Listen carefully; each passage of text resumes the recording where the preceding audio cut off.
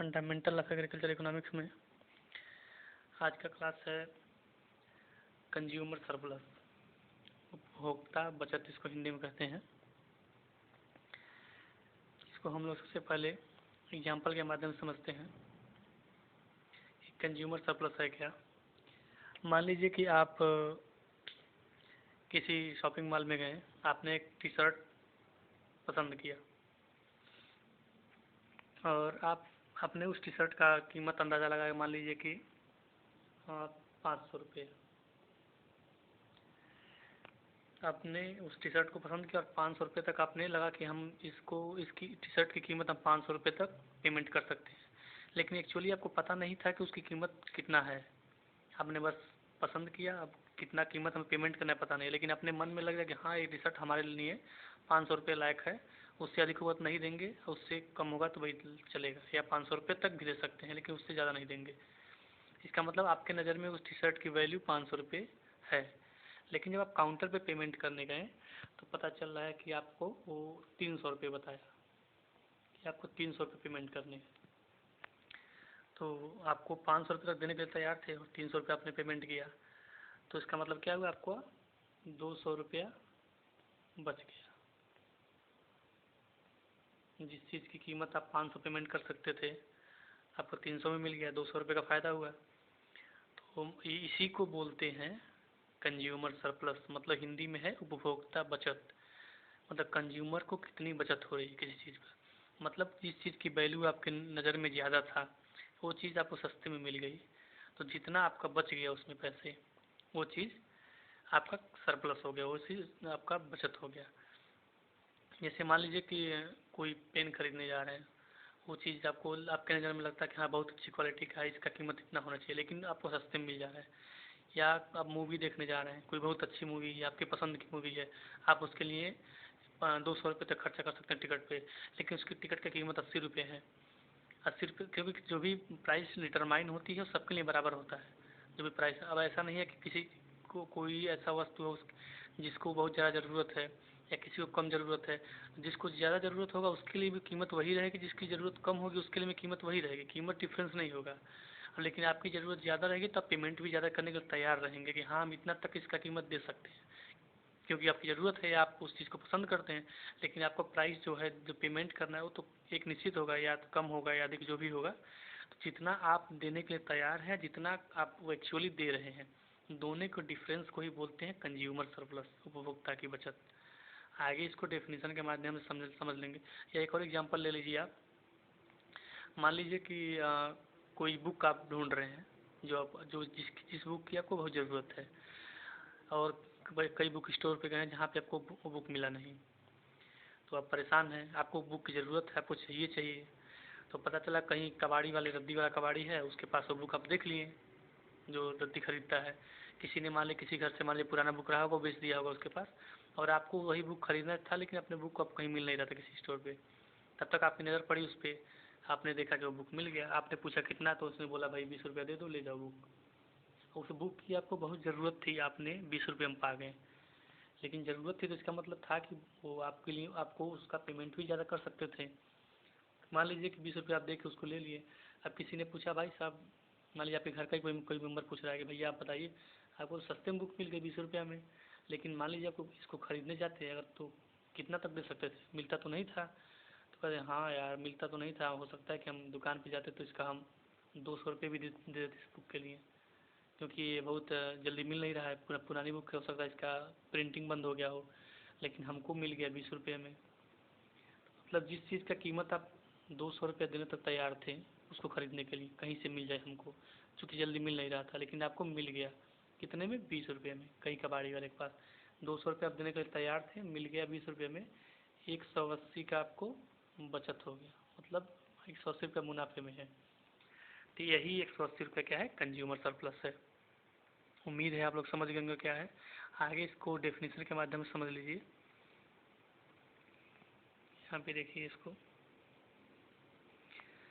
अंग्रेजी में दिया है, it is simplify the difference between the price that one is willing to pay and the price one actually pay for a particular product. मतलब ये है कि difference between the price that one is willing to pay, मतलब एक ऐसी कीमत जो कोई इच्छा रखता है पेमेंट करने के लिए, और द प्राइस वन एक्चुअली पे, जो वो वास्तव में पेमेंट करता है, मतलब जितना वो पेमेंट करने के तैयार था और जितना वो रियल में या वास्तव में पेमेंट किया, इन दोनों के डिफरेंस को ही कंज्यूमर सरप्लस कहते हैं। हिंदी में देख लीजिए इसको, किसी वस्तु के उपभोग के बदले उपभोक्ता जो कुछ देने को तैयार है तथा जो कुछ वास्तव में देता है, इन दोनों के अंतर को ही उपभोक्ता की बचत कहते हैं। क्लियर है? जो चीज़ हम पहले बताएं उसी चीज़ को यहाँ पे क्रमबद्ध तरीके से लिख दिया गया है। मतलब जिस चीज़ को जितना, जैसे आपको बहुत भूख लगी है तो आप कोई चीज़ खरीदने जा रहे हैं, चाहे मैगी खरीदने जा रहे हैं, चाहे जो भी खरीदने जा रहे हैं, आपको लग रहा है कि हाँ हमको बहुत भूख लगी, हमको ज़रूरत है इसका, हमको एक रोटी का हम 10 रुपये दे सकते हैं। तो एक रोटी का आप 10 रुपये देने के लिए तैयार है, लेकिन वो रोटी आपको 5 रुपये में मिल गई। मैं होटल पे गए, एक रोटी का 5 रुपये कीमत थी, लेकिन आपको बहुत भूख लगता है, 10 रुपये भी दे सकते थे। अगर वो मांगता अगला कि हमको 10 रुपये चाहिए, तब भी आप मना नहीं करते हैं, 10 रुपये भी दे देते, लेकिन आपको 5 में ही मिल गया। मतलब कि 5 रुपये का आपको एक्स्ट्रा सेटिस्फैक्शन मिल गया, उसका 5 रुपये एक्स्ट्रा यूटिलिटी है उसकी, तो आप उतना बचत कर लिए अपना। तो वही है कंज्यूमर सरप्लस, या हिंदी बोल सकते हैं उसकी उपभोक्ता की बचत। एक और इसका डेफिनेशन देख लीजिए, यहाँ पे वही चीज़ दिया है। It is the difference between the amount that a consumer is willing to pay and the amount that he is actually pay for the commodity।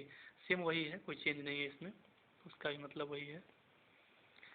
इसको फार्मूले में कन्वर्ट कर सकते हैं, जो चीज़ बोला गया उसी चीज़ को कन्वर्ट करना है। Consumer surplus is equal to what a consumer is ready to pay minus what he actually pay. Hindi में होगा उपभोक्ता की बचत बराबर जो उपभोक्ता पेमेंट करने के लिए तैयार है माइनस जो वह वास्तव में पेमेंट किया। हिंदी में इसका हो जाएगा, मतलब जितना देने के लिए तैयार है और जितना वास्तव में आपने दिया है, इन दोनों के अंतर को ही कंज्यूमर सरप्लस करेंगे। कभी भी कोई भी व्यक्ति एक्स्ट्रा पेमेंट नहीं करे, कभी भी जो रहेगा, जो पेमेंट के लिए तैयार है वो ज़्यादा रहेगा, और जो आप एक्चुअली पेमेंट किएंगे वो कम रहेगा या बराबर होगा। लेकिन कभी भी जो आप, जैसे मान लीजिए आपके नज़र में किसी चीज़ की कीमत 8 रुपये है और अगला आपको 10 रुपये मांग रहा है, तब कभी भी उस चीज़ को परचेज नहीं करेंगे, खरीदेंगे नहीं, क्योंकि आपको लग रहा है कि हमारे नज़र में उसकी कीमत कम है, 8 रुपये और 10 रुपये मांग रहा है। तो जाहिर सी बात है कि वहाँ पे आप उस चीज़ को कंजप्शन ही नहीं करेंगे, उस चीज़ को परचेज ही नहीं खरीदेंगे नहीं। तो वहाँ पे, क्योंकि वहाँ पे अगर ऐसा कंडीशन कभी बना तो आपका कंज्यूमर सरप्लस निगेटिव में जाएगा। लेकिन कभी भी ये होता नहीं है, क्योंकि सरप्लस हमेशा पॉजिटिव रहेगा, निगेटिव नहीं जाएगा, क्योंकि उस कंडीशन में कोई भी कंज्यूमर खरीदारी नहीं करता है या कंजप्शन अपना बंद कर देगा। इस चीज़ को आप ध्यान दीजिएगा। अब आगे हम इसको शेड्यूल के माध्यम से समझते हैं।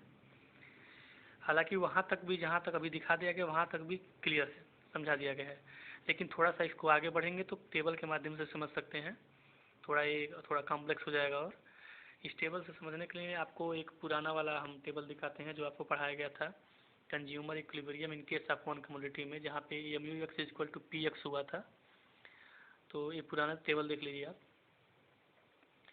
यहाँ पे आपने पढ़ा था, इसको हमने दिखाया था कि रोटी की इकाइयाँ, इसमें सीमांत उपयोगिता है जो घटती जा रही है, और जो वस्तु की कीमत है वो स्थिर है। आप देख रहे होंगे 3 रुपये प्रति रोटी दिखाया रहा है, और जबकि मार्जिनल यूटिलिटी जो है सीमांत उपयोगिता घटती जा रही है। तो आप इस टेबल के माध्यम से एक और टेबल तैयार किया जाएगा जो अभी दिखा रहे हैं आपको। इसको आप पहले पढ़ाए हैं, इसको आप देख सकते हैं, समझ रहेंगे। इसमें जैसे जैसे रोटी की इकाइयाँ बढ़ती जा रही हैं वैसे वैसे यहाँ पे बढ़ रहा है रोटी की इकाइयाँ, और ये देख रहे हैं ये घटता जा रहा है सीमांत उपयोगिता। जो कीमत है वो यहाँ पे स्थिर है। इसी टेबल के हेल्प से एक टेबल बनाया गया, इसमें एक कॉलम और बढ़ जाएगा जो कंज्यूमर इक्विलिब्रियम बन जाएगा। इसको आप देखिए। अब यहाँ आप देखेंगे कि रोटी की इकाइयाँ दिया है जो यहाँ पे यूनिट दिखा रहा है, और MUX जो सीमांत उपयोगिता है, ये उसकी कीमत है रोटी की 3 रुपये, और यही एक कॉलम बढ़ रहा है कंज्यूमर सरप्लस का। तो ये बढ़ रहा है, तब इसकी ज़रूरत क्यों पड़ गई इसमें, क्योंकि हम कंज्यूमर सरप्लस का अध्ययन कर रहे हैं, तो हमें यही दिखाना है यहाँ पे। तो अब यहाँ पे पहले यूनिट में इसने 5 रुपये का इसको उपयोगिता मिला है, मतलब सेटिस्फैक्शन 5 रुपये का मिला है और उसने पेमेंट किया है 3 रुपये। जैसे मान लीजिए एक रोटी खाने गया तो वो 5 रुपये तक उसकी कीमत दे सकता था, लेकिन होटल वाले ने बताया कि एक रोटी की कीमत 3 रुपये है, तो उसे 2 रुपये का क्या हुआ, सरप्लस मिला। मतलब जिस चीज़ को 5 रुपये देने के लिए तैयार था लेकिन 3 रुपये उसकी कीमत थी, तो उसको 2 रुपये फ़ायदा मिला। फिर अगला यूनिट जब कंज्यूम किया, जैसे हमने बताया था, जैसे जैसे आप आगे खाते जाएंगे आपकी इच्छा कम होती जाएगी, और आपका जब भूख मिटता जाएगा तो इच्छा कम होती जाएगी, उपयोगिता उसकी कम होती जाएगी, तो आपकी संतुष्टि कम मिलेगी, तो उसकी यूटिलिटी भी घटती जाएगी। इसको हम पहले बता चुके हैं। तो मान लीजिए पहले यूनिट में उसको 5 का सेटिस्फैक्शन मिला, 3 रुपये उसने पेमेंट किया, 2 रुपये का सरप्लस हो गया। दूसरा यूनिट जब कंज्यूम किया तो 4 रुपये का उसको सेटिस्फैक्शन मिला, यूटिलिटी, और पेमेंट तो 3 ही रुपये करेगा क्योंकि रोटी की कीमत फिक्स है 3 रुपये, तो उसको सरप्लस 1 रुपये का मिल जाएगा। फिर तीसरा यूनिट कंज्यूम किया तो थोड़ा और यूटिलिटी कम हो जाएगा, मार्जिनल यूटिलिटी एमयू कम हो जाएगा, तो इसको 3 रुपये का मिला और उसका कीमत भी 3 ही रुपये था। ठीक, तो यहाँ पे उसकी सरप्लस क्या होगा, 0 हो जाएगा। अब इसके आगे क्या देख रहे हैं कि जब चौथा यूनिट कंज्यूम कर रहा है इसको, तो उसका मार्जिनल यूटिलिटी कम हो जा रहा है और पैसे 3 रुपये हैं। तो इस कंडीशन में कंज्यूमर क्या करेगा, जब देख रहा है हमको पेमेंट कर रहे हैं हम 3 रुपये और हमको यूटिलिटी मिले 2 रुपये पे, तो कंज्यूम क्यों करेगा, मतलब उसको वो यहीं पे आके रुक जाएगा। ये जो स्टेज है इसी पे रुक जाएगा, यही इक्विलिब्रियम पॉइंट है उसका। हमने इसके पहले बताया जाता है, ये इक्विलिब्रियम पॉइंट मतलब संतुलन का व्यवस्था है, साम्य अवस्था है। यहाँ पे हो जाता है एम यू एक्स बराबर पी एक्स। एक बताया था ना वन प्रोडक्ट के केस में, वन कमोडिटी केस में हमने बताया था M U X equal to P X होता है। तो यहाँ पे 3 इक्वल टू 3 हो जाएगा, तो एम यू एक्स बराबर पी एक्स हो गया। यही इसका इक्विलिब्रियम पॉइंट बनेगा, मतलब इसके नीचे कंज्यूमर कंजप्शन नहीं करेगा, मतलब इन दोनों को कंडीशन में, चौथी और पाँचवीं में कंजप्शन नहीं करेगा, केवल 1 2 3 मतलब 3 यूनिट तक कंजप्शन करेगा, क्योंकि वहाँ पे उसकी सरप्लस निगेटिव में नहीं जा रही है, पॉजिटिव में है, कुछ ना कुछ उससे फ़ायदा मिल रहा है या उसके बराबर का मिल रहा है जितना उससे पेमेंट कर रहा है। अब इसको कैलकुलेट करने के लिए देख सकते हैं कंज्यूमर सरप्लस बराबर सिग्मा एम यू, मतलब एम यू को टोटल जोड़ लेंगे तो टोटल निकल जाएगा, पर यहाँ पे टी यू निकल जाएगा, टी यू बराबर 12, मतलब टोटल यूटिलिटी बराबर 12। यहाँ पे ये जोड़ने से पूरा हुआ, टोटल एम यू को जोड़ेंगे तो 12 होगा, 5 4 9 3 हाँ 12, क्योंकि ये 2 और 1 को छोड़ देंगे क्योंकि इसको कंजप्शन नहीं कर रहा है, ध्यान दीजिएगा इसको। 5 4 और 3 इसी को जोड़ेंगे तो 5 4 9 3 12 हो जाएगा, यही जुड़ा गया है यहाँ पे। फिर यहाँ पे ₹9 पी एक्स को जोड़ा गया है, तो 3 यूनिट कंज्यूम किया है, तीनों को जोड़ा जाएगा तो 9 रुपये हो जाएगा। इन दोनों को छोड़ दिया जाएगा क्योंकि ये कंजप्शन नहीं होगा। ठीक, यहाँ पे डैश डैश हो गया क्योंकि सरप्लस नहीं रहेगा। 3 सरप्लस को जोड़ दिया गया है तो ये 3 आ गया है, 2 और 1 को जोड़ा गया है तो 3 हो जाएगा। अब यहाँ पे सिग्मा एम यू जोड़ा गया 12 हुआ है, तो यहाँ पे 12 भर दिया गया है। फिर ब्रैकेट में दिया माइनस करके पी गुणे number of units purchase. P क्या है, ये पी है, 3 रुपये प्रति यूनिट है, 3 है, और कितना यूनिट परचेज किया गया है, 3 यूनिट। यूनिट कितना किया गया है, 3, और कीमत भी 3 रुपये है, तो 3 यूनिट किया गया तो 3 गुणे 3 हो गया यहाँ पे, मतलब 9, तो 12 माइनस 9 किया गया है, तो सी एस बराबर मतलब कंज्यूमर सरप्लस बराबर 3, मतलब आपने 9 रुपये खर्च किए, आपको 12 रुपये के सेटिस्फैक्शन मिला, तो आपको एक्स्ट्रा कितना मिला, 3 रुपये। मतलब जिस चीज़ का पेमेंट 12 रुपये तक कर सकते थे उसका आपको पेमेंट 9 रुपये ही करना पड़ा, तो आपको 3 रुपये का फ़ायदा मिला। तो ये है एक्स्ट्रा, जितना आप मतलब पेमेंट करने के लिए तैयार थे और जितना आपको पेमेंट करना पड़ा, 12 पेमेंट के लिए तैयार थे और 9 करना पड़ा, तो जो एक्स्ट्रा हुआ उसी को बोलेंगे कंज्यूमर सरप्लस। आई होप समझ गए होंगे आप लोग। अब इसके लिए आप एक ग्राफ भी देख सकते हैं, ग्राफ भी ऑलरेडी एक बार बनवा चुके हैं, फिर भी देख लीजिए। यहाँ पे ये ग्राफ बनाना तो ज़रूरी नहीं है इसमें, लेकिन फिर भी इसको जैसे आप देखें यहाँ पे प्राइस है 3 रुपये, जो एकदम स्ट्रेट है, मतलब प्राइस चेंज नहीं हो रहा है, क्योंकि प्राइस हमेशा स्थिर था, चाहे रोटी 1 खाएँ, चाहे 2 खाएँ, या 3 खाएँ, या 4 खाएँ, या 5 खाएँ, कोई इतना भी खाएँ, लेकिन प्राइस उसका फिक्स है, वो चेंज नहीं हो रहा है। लेकिन जब आपने पहली रोटी खाई तो आपको 5 के बराबर यूटिलिटी मिली थी, दूसरी खाई तो आपने 4 के बराबर मिली थी, 3 खाई तो 3 के बराबर मिली थी।